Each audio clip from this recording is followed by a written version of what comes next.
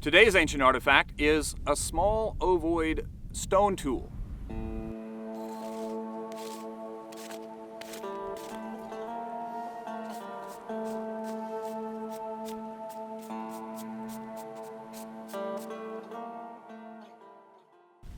I'm Brad Hafford, archaeologist at the University of Pennsylvania and field director at the ancient city of Ur.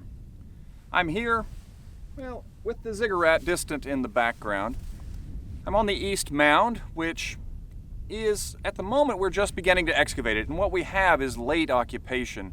But we do think that a lot of crafting was going on here. People were making things, and so we're finding a number of tools and a lot of raw materials.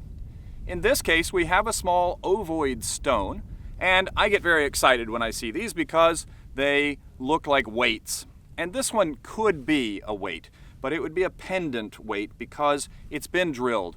There's a hole in the top and there's a hole in the side, and these connect so that it can be strung and hung down. So if we look a little more closely at this plumb bob, we can see just how rounded the ends are.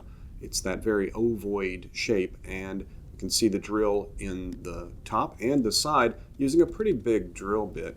So they've cut a hole down through the center and then in from the side so that those two holes would meet.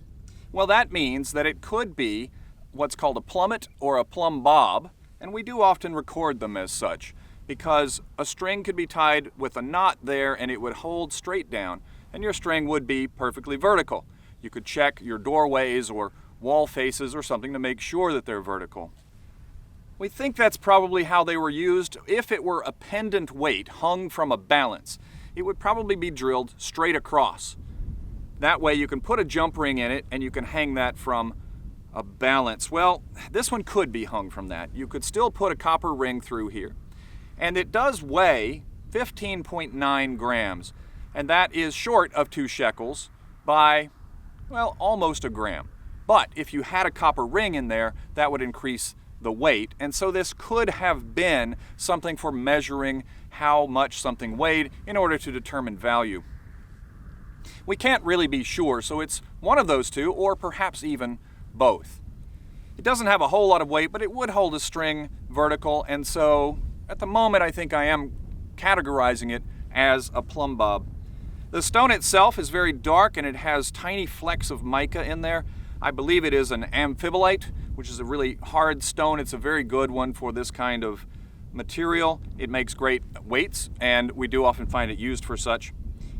The object itself was found where I'm sitting. This is a pit that was dug into a kind of late wall.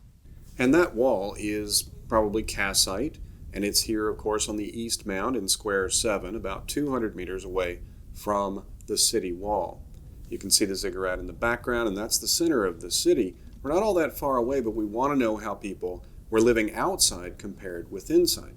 And in this case, we have this pit that was dug down into that cassite building from a later period, so it's Neo-Babylonian and dug down, cutting into an earlier building. That means that this weight, or plumb bob, probably does date in that period, but as they were digging this pit, there is a chance that they would be digging up older things and it might slip in there. This kind of tool was used for thousands of years, really. They make them as early as the early dynastic period. Ur 3 is probably more likely, but the problem is we can't really date it on the object itself. We have to use the stratigraphic location, and in this case, it's a secondary location. It's fallen into a pit, so it has to be Neo-Babylonian or earlier. It's too bad we can't be more specific, but it is still a very interesting thing that tells us something about the activities that were being conducted out in this area.